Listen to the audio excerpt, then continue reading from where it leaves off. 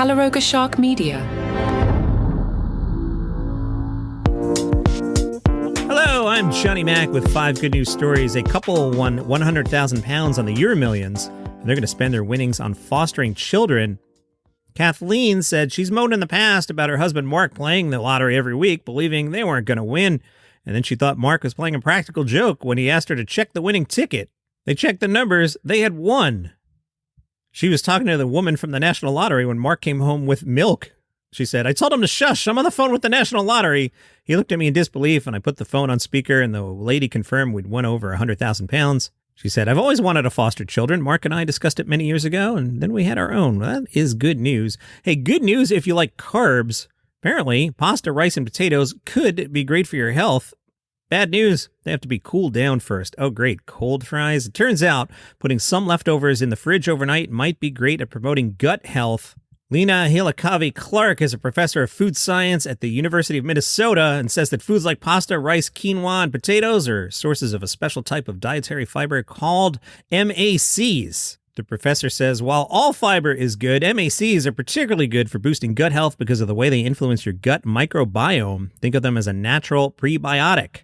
Unfortunately, when you eat them fresh, their gut-helping properties haven't been unleashed yet, but when they're cooled, the starches in these foods are restructured in a process called starch retrogradation. So yeah, eat those fries, just they're going to be ice cold and kind of crunchy and terrible. A New York comedian broke a world record on a live streaming show by arranging 13 donuts into a stack in 1 minute. So the record's 13. I've never attempted this. That doesn't sound that hard to stack 13 donuts in a minute. Robin Shaw said she decided to take on the record for tallest stack of donuts in 1 minute. She had looked up the record involving donuts and found the record had been 12. She said 2 weeks before the challenge, I decided it was time to go into full-blown training. She said she had to learn how to make donuts because it was difficult to find ones that were the proper size required by the record book. Robin says when the buzzer went off, I became very present. Whatever nerves I felt went away, and I started to put on the donut stacking show. You know, every now and then, it's the shelter dog that adopts the humans. Scout was a stray in a shelter in Michigan.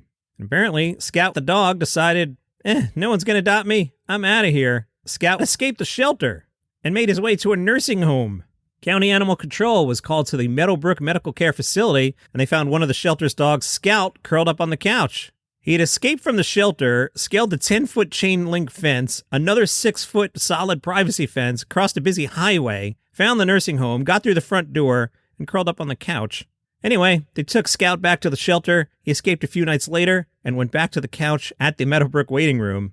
A few nights later, Scout was there again.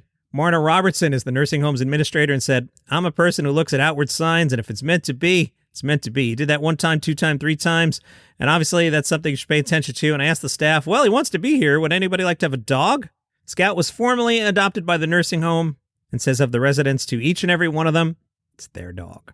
Identical sisters Rosie and Kathy have been wearing the same outfits for 2 decades. They have no plans on stopping. They love 50 styles, frocks, and jeans and do everything together. They've been wearing matching outfits for 23 years. They have the same pair of glasses, the same pajamas. They like to go out and take bus rides, walks, and shop together. They even worked together for 11 years.